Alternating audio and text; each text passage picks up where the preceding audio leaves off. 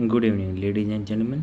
स्वागत है आप सबका आपके अपने YouTube channel the market night पे। एक बार फिर हम एक शुरुआत करते हुए काफ़ी लंबे समय से मैंने कोई भी वीडियो नहीं बनाई है मार्केट के बारे में। इसके बहुत सारे कारण थे। देखिए, पहले तो मैं कुछ ज़्यादा बिज़ी हो गया था। मेरे कुछ चेस टूर्नामेंट्स थे। जो मुझे जानते हैं वो जानते हैं कि मैं चेस खेलने में इंटरेस्टेड हूँ।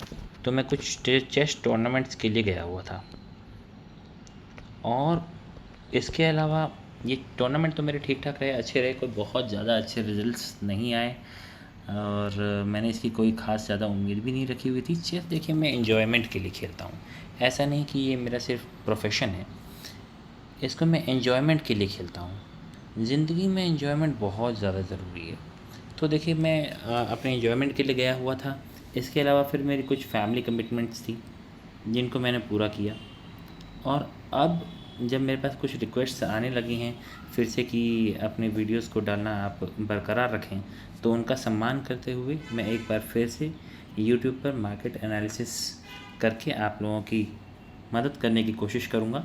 तो हम मिलकर यहाँ पर एनालिसिस करेंगे, कुछ सीखेंगे, और हम कोशिश करेंगे कि हम रिटेल ट्रेडर होने के नाते कैसे अपने पैसे को बचाते हुए, अपने कैपिटल को सेव करते हुए कैसे इस मार्केट से प्रॉफिट कमा सकते हैं। चलिए देखते हैं कि करंट सिनेरियो में मार्केट की क्या सिचुएशन चल रही है। इसको समझने के लिए हम सबसे पहले एक लॉन्ग टर्म व्यू ले लेते हैं कि अभी मार्केट में हो क्या रहा है। चलिए हम 1 मंथ के चार्ट के ऊपर चलते हैं। देखिए, निफ्टी 50 का 1 मंथ का चार्ट है। अगर इसको हम थोड़ा सा एनालाइज करें तो देखेंगे कि एक लॉन्ग टर्म से निफ्टी, देखिए यहाँ मंथली कैंडल्स में छोटी छोटी कैंडल्स में आ रही थी, फिर बड़ी तेज़ी से ऊपर आई, फिर ये ऊपर आई, और जितनी तेज़ी से ये ऊपर गई थी उतनी ही तेज़ी से ये नीचे आ गई। पिछले कुछ महीनों में ये नीचे आई थी, और फिर उसके बाद इसने फिर दोबारा से एक रिकवरी करने की कोशिश की है, और यहाँ आकर ये एक रेंज में फंस गई है। तो इस समय मंथली कैंडल पे अभी हम क्या हैं, अभी हम साइडवेज हैं। ऐसा नहीं है कि कोई बहुत ही स्ट्रॉन्ग दिख रही है मार्केट, ये साइडवेज मार्केट कहलाएगी मंथली कैंडल के ऊपर। चलिए अब देखते हैं नेक्स्ट क्या है हमारे पास। हम इसे वीकली कैंडल में चल के देखते हैं। वीकली कैंडल में क्या हालात अभी हमें नज़र आ रहे हैं। देखिए, ऐसे बड़े टाइम फ्रेम पर एनालिसिस करने से आपको एक दिशा मिल जाती है। वीकली कैंडल को अगर आप ध्यान से देखें, ये देखिए किस किस्म की कैंडल बनी है। यहाँ पर हम अभी काफ़ी वीक्स से नेगेटिव चल रहे थे। मुझे लगता है कि ऐसे सिनेरियो हमारे पास कम आए हैं कि इतनी red candles weekly time frame पे बने। आपको मैं दिखाता हूँ, पीछे की ओर भी मैंने जाकर देखा है, वीकली कैंडल्स इतनी ज़्यादा नेगेटिव कम ही बनती हैं। देखिए, कोई ना कोई बीच में ग्रीन कैंडल आ ही जाती है। एक छोटी सी यहाँ पे आई है, छोटी सी यहाँ पे ग्रीन कैंडल है, यहाँ पे ग्रीन कैंडल है। ठीक है, ओवरऑल हम लोग यहाँ पे नेगेटिव हुए थे। इससे पहले भी देखिए आप वीकली कैंडल्स में जब भी गिरावट आती है, आप ये देखिए वीकली कैंडल्स बीच में 1-2 ग्रीन कैंडल बनती हैं। तो क्या ये जो ग्रीन कैंडल बनी है, क्या ये उसी किस्म की ग्रीन कैंडल है, या फिर ये ऊपर की ओर जाने वाला है? इन दोनों ही बातों की संभावना है, पर इस समय के लिए as of now weekly candle में भी हम अभी कोई बहुत ज़्यादा पॉजिटिव या बहुत ज़्यादा नेगेटिव नहीं है। अगेन आई वुड से कि वीकली कैंडल पे भी वीकली एनालिसिस अगर हम इसका करें कैंडल की फॉर्मेशन के बेस पे, तो ये अगेन साइडवेज है। अब हम देखते हैं डेली कैंडल पे क्या हालात हैं हमारे। डेली कैंडल पे देखिए, डेली कैंडल पे एक एक ये टर्म आप देखिए, इस समय से ये मार्केट जो है एक चैनल बना के नीचे आ रहा था, और अब इसका ब्रेकआउट करके मार्केट ने ऊपर की ओर एक मूव दिया, पर पिछले 5 दिनों में इसने कोई ख़ास मूवमेंट नहीं करी। खासकर जब भी मार्केट ऊपर की तरफ जा रहा है, एक अपसाइड मूव दे रहा है, तो इस अपसाइड मूव में कोई बहुत ख़ास स्ट्रॉन्ग कैंडल बनती हुई नज़र नहीं आ रही है। बट ये 3 दिन की तेज़ी, अगर मैं इसको थोड़ा सा बड़ा करूं और आपको ध्यान से दिखाऊं, तो आप देखिए, कोशिश कीजिए देखने की कि यहाँ ऊपर जाते समय कैंडल का फॉर्मेशन, उसकी साइजिंग, नीचे आते समय आप कैंडल की फॉर्मेशन और इसकी साइजिंग देखिए। ऊपर यहाँ पे एक अच्छी कैंडल मिली, पर क्या इसको फॉलो अप मिल पाया? नहीं मिल पाया है। क्या इन कैंडल्स को फॉलो अप मिल पाया है? नहीं, अभी तक इसको फॉलो अप नहीं मिला है।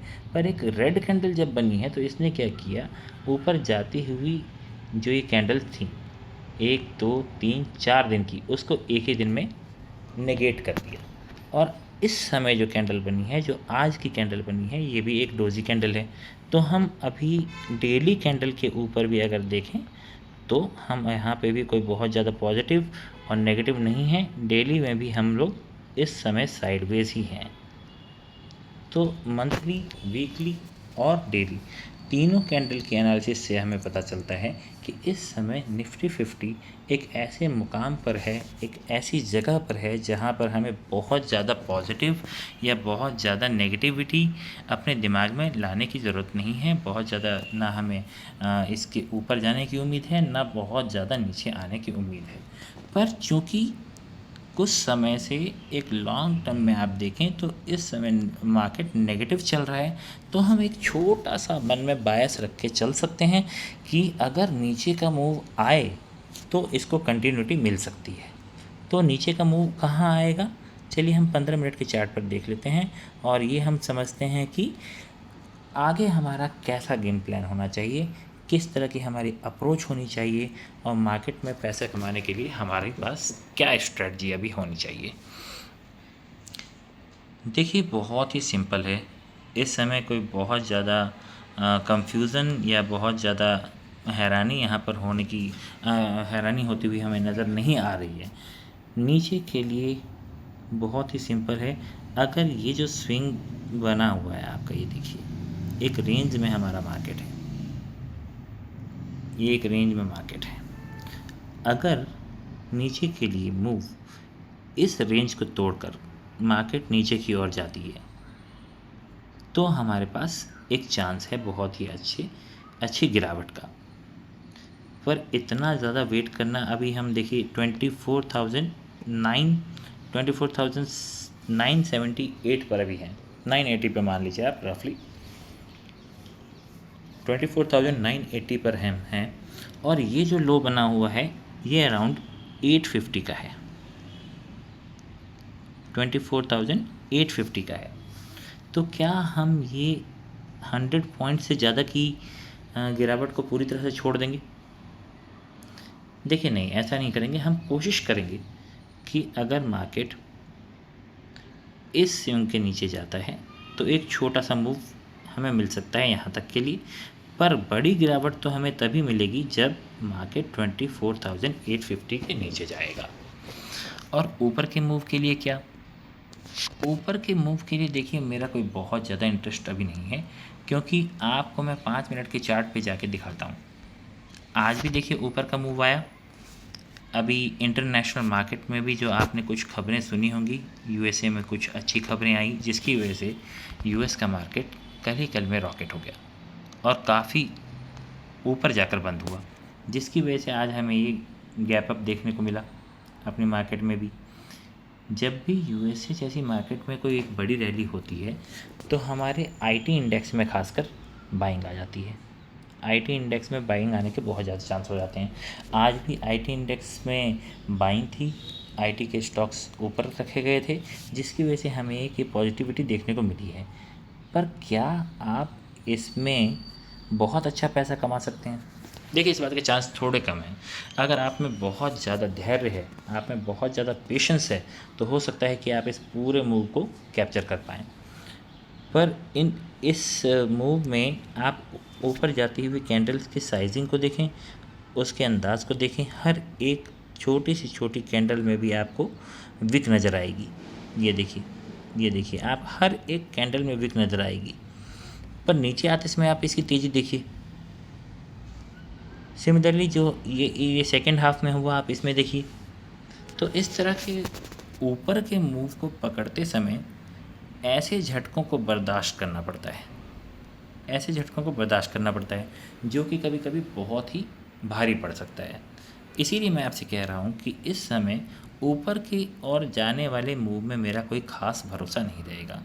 पर अगर मार्केट अब फिर दोबारा से 25,020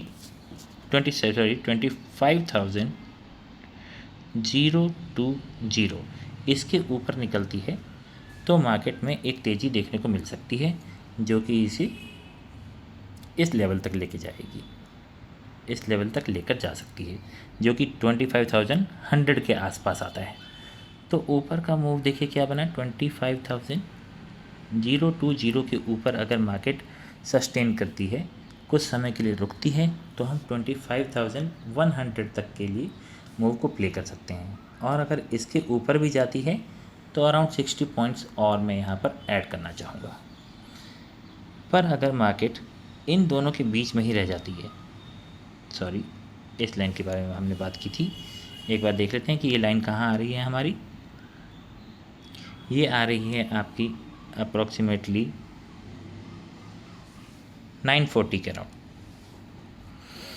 तो 24,940 के नीचे आने पर हम 900 तक के मूव को आसानी से प्ले कर सकते हैं, और इसके नीचे आने पर ही हमें 850 तक के आने की उम्मीद रहेगी।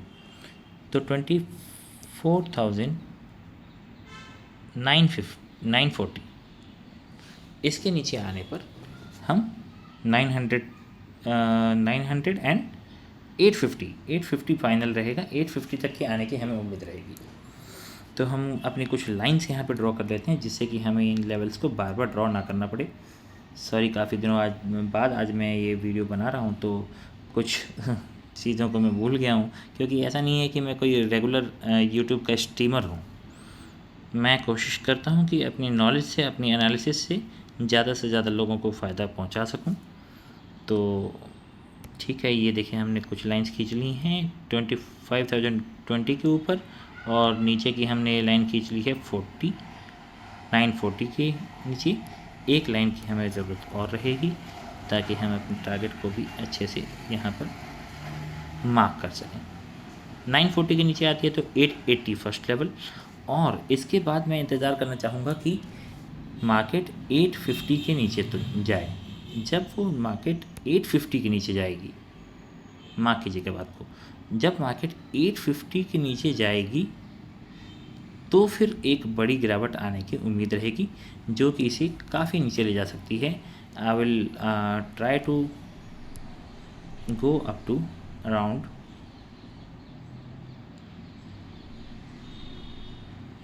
750।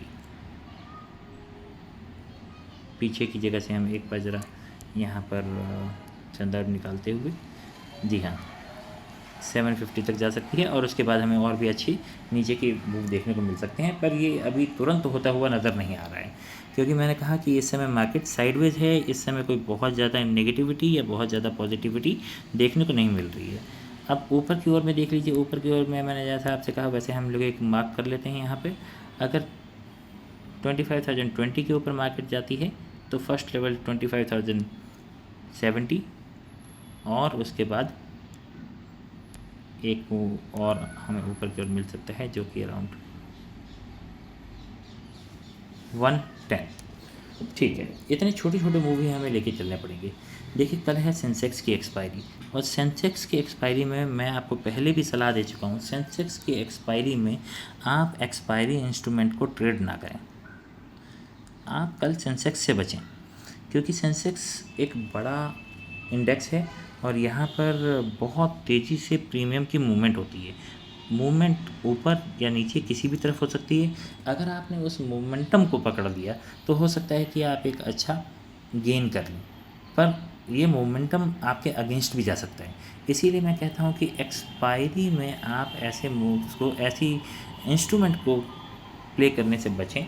आप दूसरे इंस्ट्रूमेंट में प्ले करें, जैसे कि आपके पास निफ्टी है ना, निफ्टी है, बैंक निफ्टी है, फिर निफ्टी है, बहुत सारे ऐसे इंस्ट्रूमेंट हैं, इक्विटी है, और डिफरेंट टाइप्स ऑफ स्टॉक्स हैं, कमोडिटी है। आप किसी में भी अपनी ट्रेड करने की लालसा को पूरा कर सकते हैं, पर एक्सपायरी इंस्ट्रूमेंट में ट्रेड ना करें।